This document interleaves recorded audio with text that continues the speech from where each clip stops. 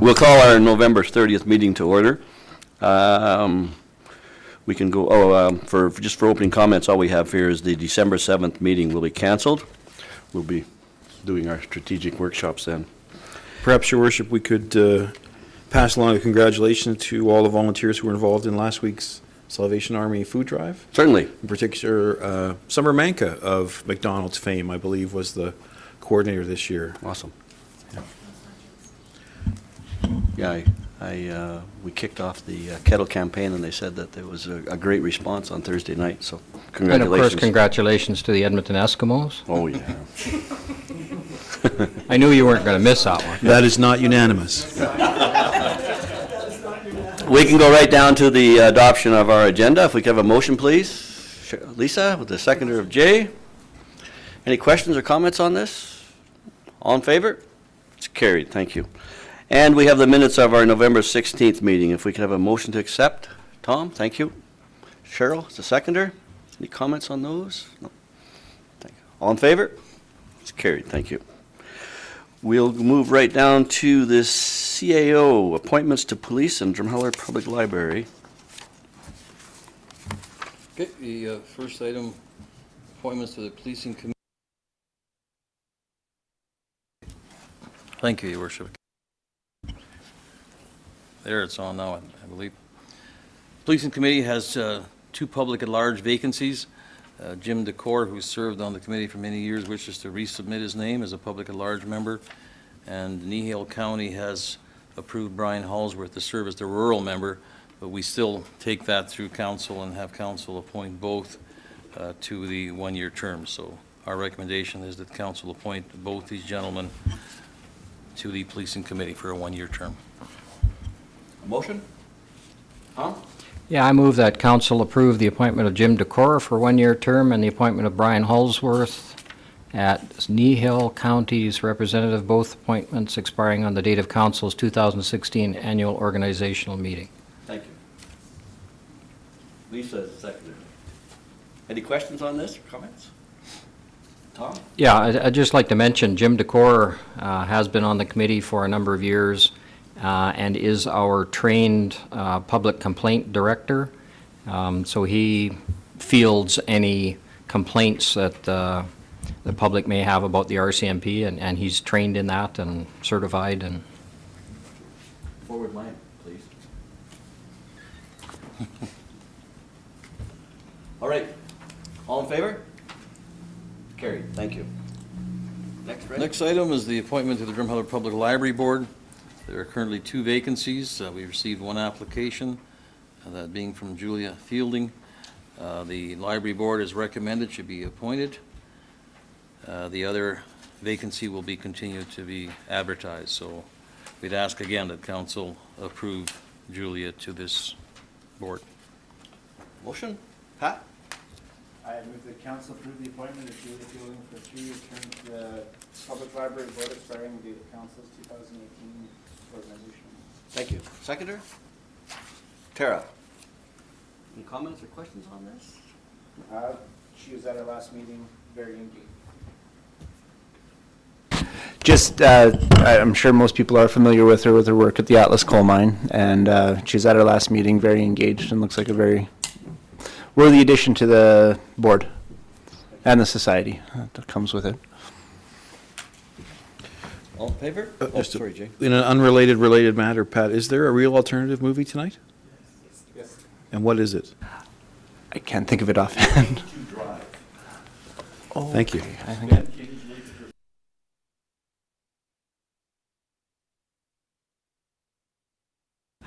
All right, all in favor? Thank you. I forgot to mention during the opening comments, I wanted to thank the Drumheller Mail, the reporter. On Saturday, Lisa and myself took part in a pie flowing, and Lisa and I received the pie. And after I had the pie in my face, the reporter said, I didn't get a good shot of that, so Ray obliged them and resubmitted the pie to my face. Yeah. Just being cooperative with the media. Yes, you were. Thank you. So, yeah, and they ended up raising, I think, $5,200 for Dino Arts. Yeah, it was awesome. Yeah, and then on top of that, the Chamber of Commerce is matching They matched it up to, so that made it to the 52. Yeah, yeah, yeah. And we can go down to the There's one more appointment. Economic Development Task Force. Thank you, Your Worship. Again, there's one opening, one public at-large vacancy. An application has been received from Rodney Fox. I believe it's been discussed at the task force, and they've recommended that he be appointed. So I'd ask council to consider appointing Rodney Fox to the task force for a 3-year term. Council. Cheryl. I'd like to make a motion that council approves the appointment of Rodney Fox to the Economic Development Task Force for a 3-year term expiring at council's 2018 organizational meeting. Thank you. Seconder? It's Pat. Questions or comments?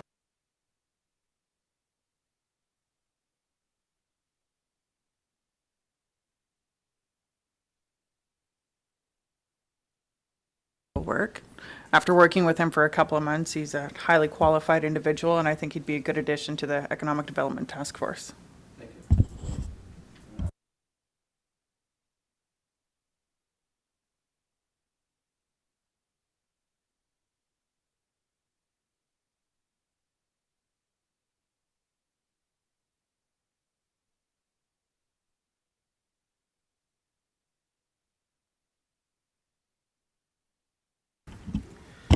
Thank you, Your Worship. The request before you this evening is in regard to the upgrades at the East Cooley Lift Station. 2011, we applied for a grant and were declined from Alberta Transportation. Again, this grant is with the Alberta Municipal Water and Wastewater Partnership Program. Since then, the project costs have increased substantially. The town of Drumheller would like to reapply for the funds to complete the final phase of the project at the wastewater treatment upgrade, which include the lift station, sludge handling, electrical and telecommunication upgrades in the amount of $1,295,000. The approval grant provides the town of Drumheller with 75% of the funding. The town is responsible for the remaining 25% of the project costs. All applications for funding under this program require a formal motion from council approving the request for the granted funding. The project would be presented as part of our proposed 2016 capital budget. The benefits, again, complete the project to would improve the ability of the wastewater treatment plant to meet the set requirements of the regulatory agent, which is Alberta Environment, as well as the federal side of things. The grant approval would see 75% of the total cost of the project covered by the province. There is also would solve a number of safety issues with this upgrade and improvement. The existing lift station is eroding. It's one of the few that we have some H2S issues with. As you know, and the erosion is not only the structure itself, it's the seams, it's the platforms, it's throughout the whole thing. We tried to cathodically protect that lift station. We were unsuccessful. You can only save it to a certain point. After that, it's pretty much done. So in this project would be, if you read the attached information, would indicate it's a complete lift station upgrade, total new fiberglass can. Part of the issue that we experienced in East Cooley as well would be the power, the three-phase power. We didn't have enough three-phase at the location, so we bought a converter and converted to three-phase power for the existing plant.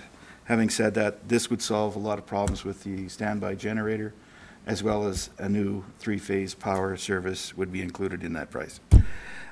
Just carry on down here. The budget implications, the MPE has estimated the total cost of the project at $1,295,000. Maximum approved grant funding would equate to $971,250. The province, again, would be the 75% of that, which would be the $971,250. The reserve would be $323,750 from the town. Communication strategy would be, upon council's approval, a copy of the motion would be submitted with the application grant. Our recommendation is that council approves the submission of the grant application under the Alberta Municipal Water and Wastewater Partnership Program for upgrades to the East Cooley Lift Station, sludge handling, and electrical as well as telecommunications in the amount of $1,295,000. Thank you, Al. Ray? If I could just add to that, just to clarify, Al's correct in saying that we'll include that in our capital plan for 2016. However, it's probably unlikely the funding will be available this year. As Council heard when we presented the new numbers that came out of the budget, there's good news in that there's additional funding, but it's still a fairly minor amount compared to the kind of projects that are out there. The main thing is to get this application into queue. We want to submit it to the province. We'll have council, obviously with council supporting it, conduct as much lobbying as we can, and obviously it's not something that we can wait 5 years for. If we got it approved this year, it would be a bonus, but this really starts the process, and I'm just wanting to reinforce so the council's aware that there probably are numerous projects in front of us, and we may have to wait a year or two before we get approved. Thank you. Jay? Thank you, Your Worship. I move that council approve the submission of the grant application under the Alberta Municipal Water Wastewater Partnership Program for upgrades to the East Cooley Lift Station, sludge handling, and electrical telecommunications in the amount of $1,295,000. Thank you. Seconder? Tara? Any questions or comments on this? Tom? Yeah, I was just wondering, is there any idea why it was turned down the last time we applied for it? Or is it just not enough money, or there was something they didn't like, or? As I remember it, the application, it was just before an election, and I remember our mayor speaking to the MLA at that time, and we were asked, there's two projects out there, one being the lift station, the other being the wastewater treatment plant, which was the highest priority. And we gave them the plant as being the highest priority, and that's the one that was approved. We never did receive approval on the second phase, mainly because the funding basically dried up from the province for that program. We're hoping that with the new funds that have been announced that we can get it back in the queue and hopefully get approved in relatively short order. Jay? Thank you, Your Worship. Barb, can you tell us the balance of the reserve this would be drawn from? I realize we may not be doing it in 2016, but are we looking at 10% of the reserve here, or would this take 90% of the reserve?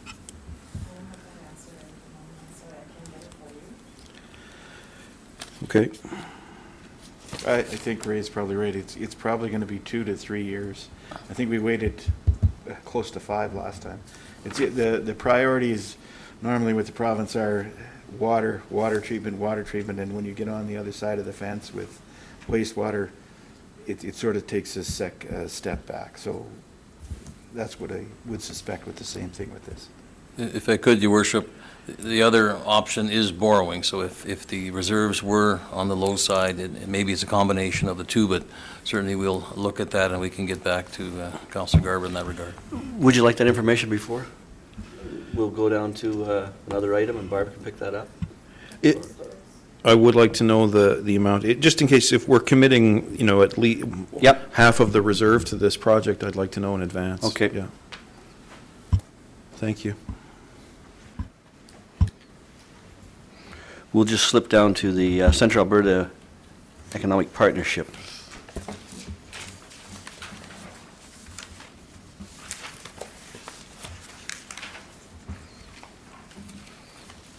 Paul, or who's speaking on this? Paul or Cody, you going to speak to it? Which one? I can do it.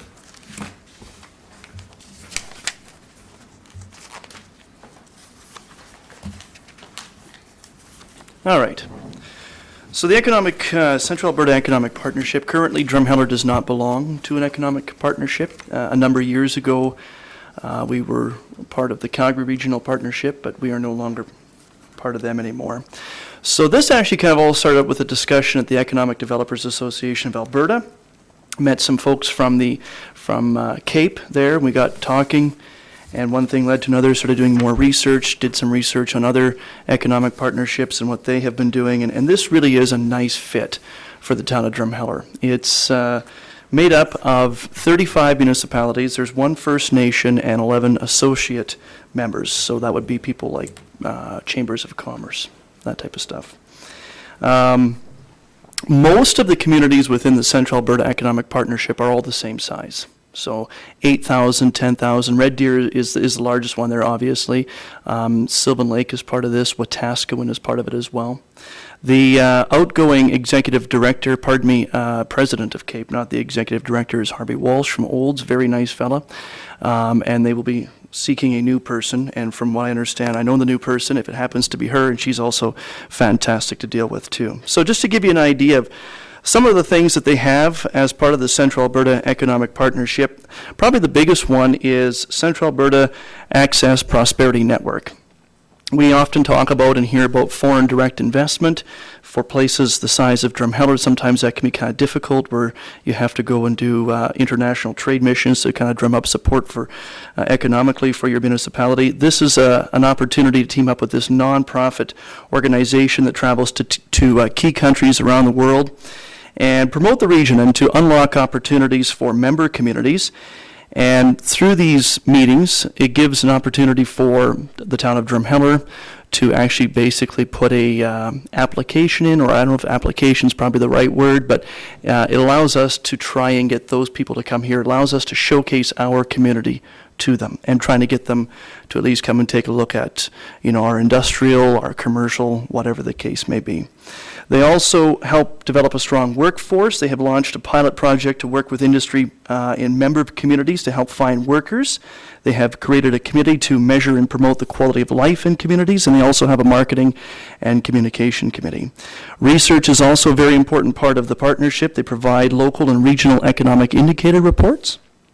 They create awareness of not just Drumheller, but the entire Central Alberta region as a great place to invest. And of course, networking. CAPE enables communities to work together to learn best practices, what has worked for other communities, what has not worked for other communities. And one of the key things here also, besides the Access Prosperity Network, is their new software. They have new mapping software now called Zoom Prospector, which speeds up the site selection process for potential investors. That's going to be starting up in March of 2016. There are certain commitments and fees associated with the Central Alberta Economic Partnership. First off, the fee is 40 cents per resident. So considering we have a population of 8,030, our yearly membership would work out to about $3,212. It is up to us as to when we would like to join. If there is an interest in joining, we can start January the 1st. Their year end is March 31st, so April 1st will be their first year or whatever, technically, or their next year, start of the new year. Also, there is a council commitment to it, so a councillor would have to represent Drumheller at the spring and fall general meetings.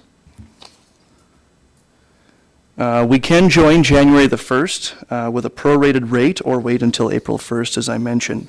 Talk to some of the other municipalities who are part of it. Overall, pretty positive, especially from Clearwater County. Clearwater County, I talked to their council representative for CAPE. That he feels that CAPE has a great understanding of the markets and communities and actively lobby for important services. Right now they're lobbying for increased internet access. I guess the internet access for some of the rural areas of Clearwater County is not great, and this is something that CAPE has really jumped on board and really pushing the provincial government for to help enhance that. Overall, they're pretty happy with it. Talked to Nehill County. Al Hogan, who's the chief administrative officer, sorry. He has nothing but praise for it. Really, really likes being part of CAPE. And also talked with Dean Schwader of Rocky Mountain House about this initiative. He is also on the marketing board for CAPE and has nothing but positive comments about the organization as well, in particular Zoom Prospector that I talked about earlier on. That's basically what I can tell you about CAPE. If there's any other questions? Oh. Is there any questions? Paul, go ahead. I just wanted to let council know that the amount that's being requested for the CAPE fee would replace the funds that are currently earmarked for Calgary Regional Partnership within our budget in the past. So it merely replaces that budget item. And is almost exactly the same amount. Jay? Thank you, Your Worship. A couple of questions. Can you tell me why, sorry. There we go. Why did we stop belonging to the last partnership? What happened in Calgary Regional Partnership is that the general focus of activity was driven right out of Calgary, and if you were on the periphery, and Drumheller certainly being almost the most or furthest away from Calgary, the emphasis from other members as well, actually. So this would be right to Airdrie, Crossfield, Strathmore, Okotoks, was their concern as well in a lot of cases was that they just weren't receiving a lot of the benefits. It was sort of Calgary's at the table and Calgary dominates the conversation, and the rest of it kind of takes away from your chance to play. One of the reasons why Central Alberta Economic Partnership makes good sense is there are more communities of our size that are participating.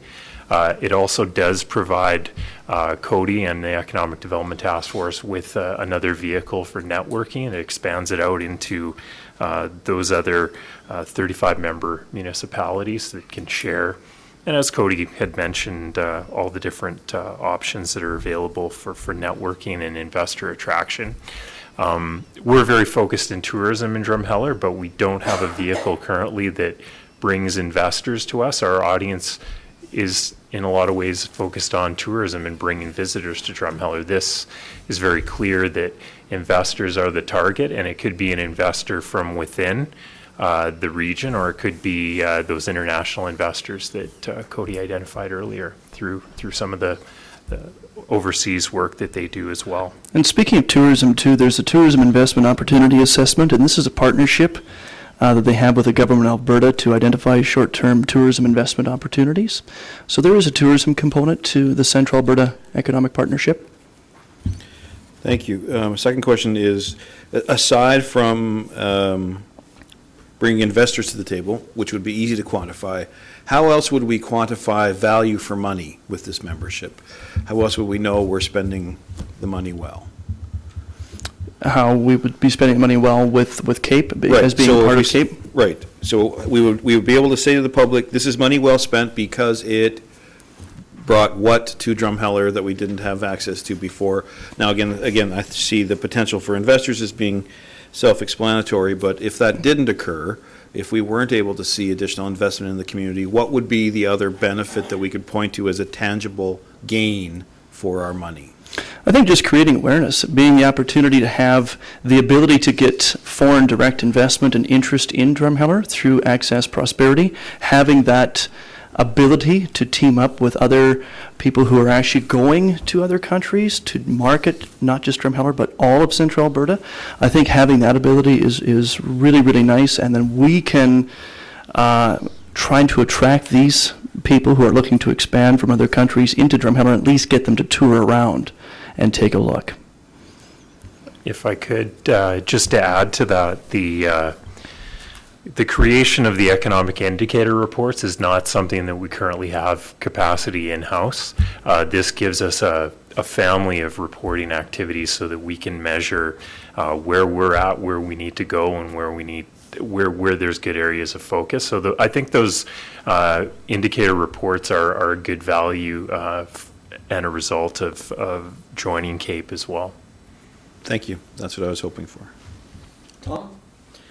Yeah, I was just wondering if you could give me one example of foreign direct investment in some of these communities that are part of CAPE. Do you know of any? I just looked on their website and it doesn't really have anything. In terms of examples, I mean, I guess it's there's really no solid examples at this point in time, but as far as, the promotion work and everything through promotion, it has certainly opened up some doors and started dialogues anyway. I can say that having some experience within that environment prior to coming to Drumheller, one of the things that CAPE does is it does provide ways of leveraging labor force. So, for example, there's major employers in Red Deer that worked with CAPE in order to coordinate some of the foreign workers that came in and have resettled in that area over time. There's certainly some examples in Trochu with Sunterra and some of the other operators that are out there. Certainly, we're not far from similar operations that would be in Starline County as well. Yeah, those I guess those would also be in Kneehill County, some of the other pork production facilities and that kind of thing. Those are some examples that I'm aware of. I do know that they were instrumental in setting up call centers and those kinds of things, and that's kind of a phase that's kind of behind us at this point. But during that cycle, they were quite instrumental in making some of those things happen.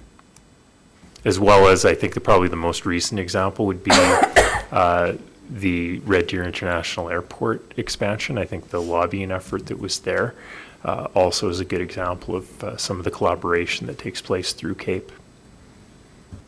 Lisa? So out of the 35 member municipalities, what approximately is a percentage of them that are along the Highway 2 corridor? Or is Starland or Kneehill or Wheatland involved in that head count? Starline is not part of it, but Kneehill County is. Kneehill County is part of it. Clearwater County and Sundre, they're all part of it. They're not along the QE2. So there are some, well, yeah, I mentioned Clearwater County. I talked to most municipalities, Stettler as well, that are not along the QE2 that seem to have some positive comments about it. I also have talked to Coronation. Coronation's just a little bit further east and a little bit small. They felt they're just a little bit too small for the partnership. So they have withdrew from the partnership, but they are part of a different one, more closer to their area, their trading area. So for the most part, I tried to talk to places that were not along the QE2 to try and get a better understanding as to what they really think. What they felt was beneficial. So Stettler is still involved? At this point, they are reviewing it right now just because they're looking more at tourism, but they are still part of it, yep. So reviewing it more towards a tourism aspect, is that because they're feeling like perhaps this isn't fitting their That I couldn't tell you. Okay, thank you. All right, kind of put the cart before the horse there. It's we're looking for a motion to take out a membership. Jay? Thank you, Worship. I move that council join the Central Alberta Economic Partnership as recommended by the Economic Development Task Force. Thank you. Seconder? Tom? Any more questions or discussions, comments? No? All in favor? It's carried. Thank you. And we'll move back up to 8.2.1, East Cooley Lift Station. Barb, you have the information? Doesn't want to. Okay, thank you. So I reconciled the reserves as of October 31st. There was in sewer, there was 1,723,000, and of that, about 575,000 is committed to capital projects this year.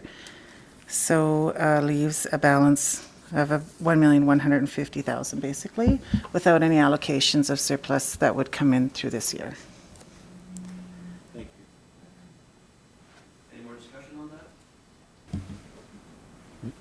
Pat?